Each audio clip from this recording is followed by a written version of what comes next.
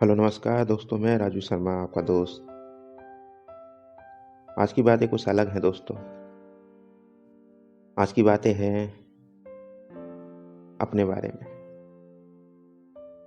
आप सबके बारे में। दुनिया की सबसे बड़ी और कठिन जंग अक्सर खुद से ही लड़नी पड़ती है,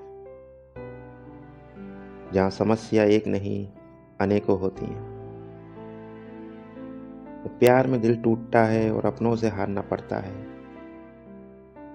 नौकरी की तलाश में भटकना पड़ता है। कभी कभी पैसों की तंगी से भी जूझना पड़ता है। अकेलेपन से अंदर ही अंदर जूझना पड़ता है। इस सारी उथल पुथल में एक इंसान खुद को खत्म कर देता है। जरा सोच के देखो, क्या क्या झेलता है एक इंसान।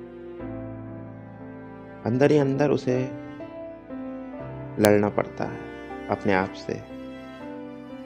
दुनिया की सबसे बड़ी जंग अपने आप से होती है। हमें अपने आप से लड़ना पड़ता है। जो अपने आप से लड़ के जीत गया, वही तो आगे बढ़ता है। इसलिए दोस्तों, निराश मत होना। एक जंग है जो हमारे अंदर चल रही है। कभी तो जीतेंगे।